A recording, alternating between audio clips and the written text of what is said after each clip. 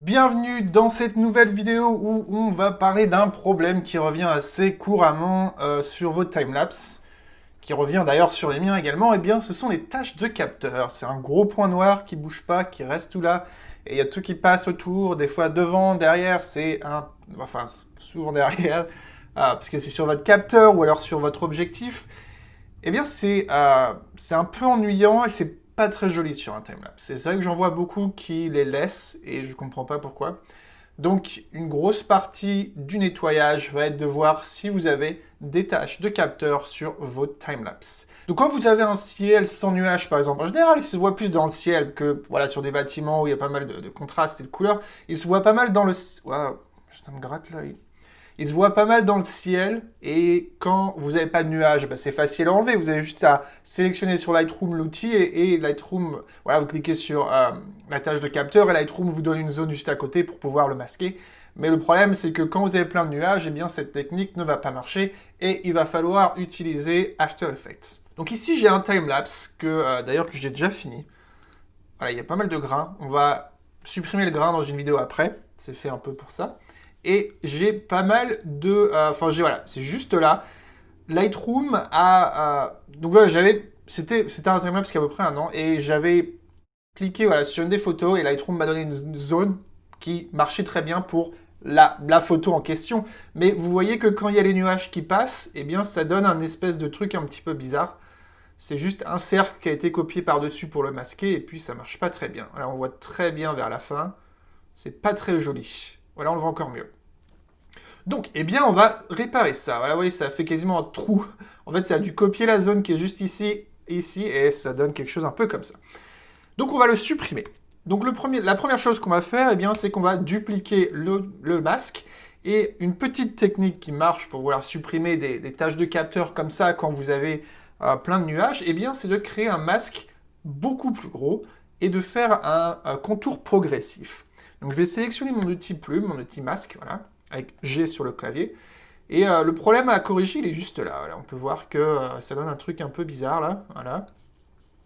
Donc je vais prendre une zone après, parce que voilà, mes nuages vont de droite vers la gauche. Donc je vais prendre une zone après, et je vais faire un masque complètement aléatoire. Voilà. Comme ça, et un peu plus allongé que vers la hauteur. Ensuite, je vais sélectionner une masque, et je vais le bouger par-dessus mon problème. Voilà. Tout simplement. Et voilà, c'est fini. Bien évidemment, c'est pas fini. La prochaine étape, eh bien, c'est de créer un contour progressif assez gros. Donc on va cliquer ici, j'ai cliqué F sur mon clavier, et on peut essayer, je sais pas, 75 pixels par exemple. Voilà. Et vous voyez déjà, ça se fond bien dans la masse. Si j'enlève le premier calque, on peut voir que le problème revient.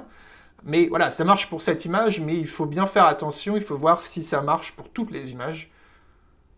Ça a l'air d'être pas trop mal là. Comme c'est la continuité en fait des nuages et que mon casque, je sais pas pourquoi je dis casque, mon calque, il est plus allongé, eh bien ça évite d'avoir trop de différence dans les contrastes et les couleurs des nuages, ce qui fait que bien ça marche très très bien.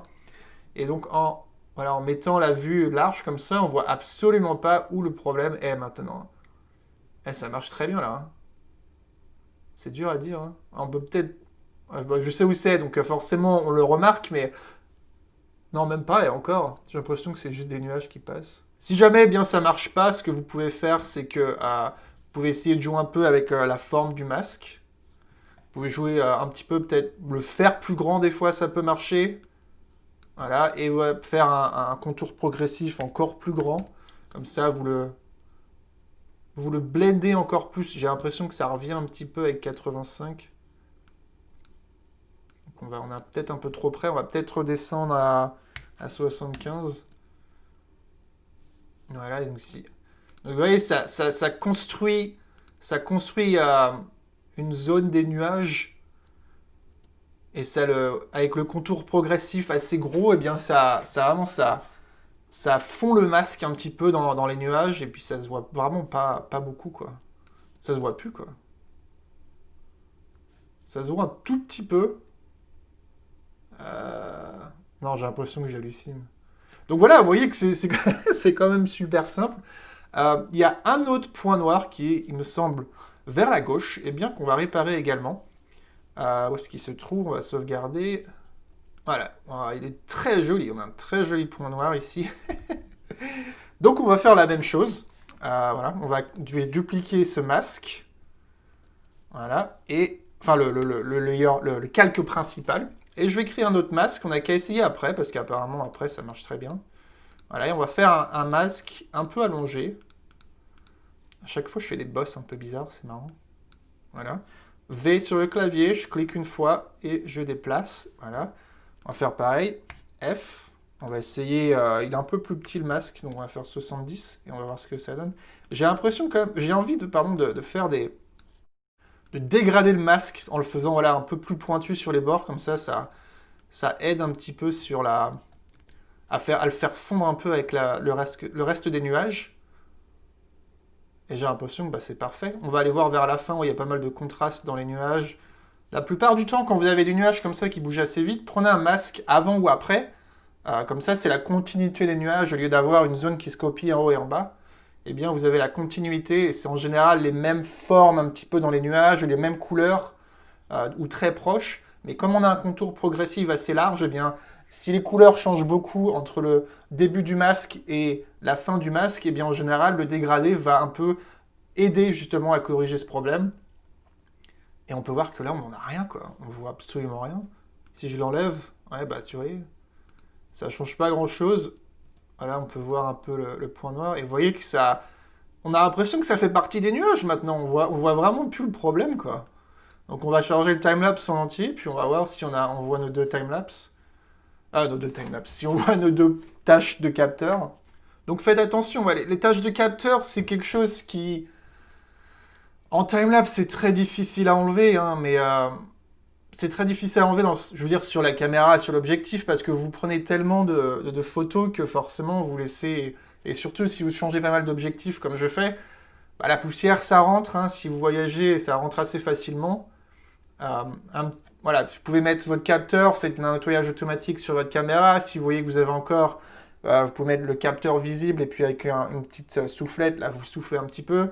Si ça y est encore, vous pouvez également acheter des kits spéciaux pour pouvoir nettoyer votre capteur. Après, je ne recommande pas de le faire tout le temps. Faites attention également Vous pouvez regarder des vidéos YouTube voilà, qui vous expliquent comment faire parce que c'est très délicat.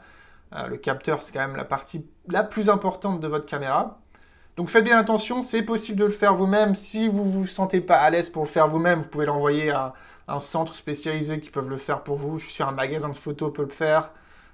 Canon doit pouvoir le faire. Canon France, ils doivent avoir des centres, je pense, en Europe. Vous pouvez envoyer votre caméra, il vous la nettoie, et puis il vous la renvoie.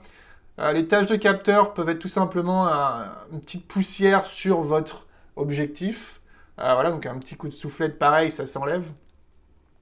Et puis voilà, quoi, ça reste assez simple. Après, si vous n'avez pas de nuages, mais dès que vous avez des nuages ou des trucs qui passent devant, eh bien, ça peut s'avérer un peu plus délicat. Mais au moins, avec la technique que je vous ai montrée aujourd'hui, vous savez comment faire pour supprimer des tâches de capteur quand il y a beaucoup de nuages, ce qui veut dire beaucoup de contrastes, beaucoup de couleurs différentes, des mouvements, tout ça, c'est pas forcément facile. Pensez au fait que il ne faut pas forcément prendre la partie la plus petite pour la mettre par-dessus. Parfois, avoir un masque plus gros pour créer un peu une autre zone des nuages en mettant un contour progressif assez important, eh bien, ça va faire fondre tout ça et vous ne verrez plus du tout votre tâche de capteur. Donc c'est ça qui est le plus important.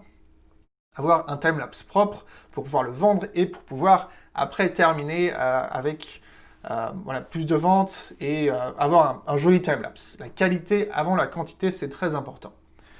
Voilà, c'était tout pour cette petite vidéo, comment supprimer des tâches de capteur difficiles. Il me semble que la vidéo d'après, c'est comment supprimer du contraste flicker, donc du flicker de contraste que LR Timelapse ne peut pas supprimer. C'est quelque chose qui est délicat et qui n'est pas forcément facile à enlever. Mais on va parler tout ça dans la prochaine vidéo de contraste flicker. Je vous y vois, c'est pas français. Je vous vois dans la prochaine vidéo.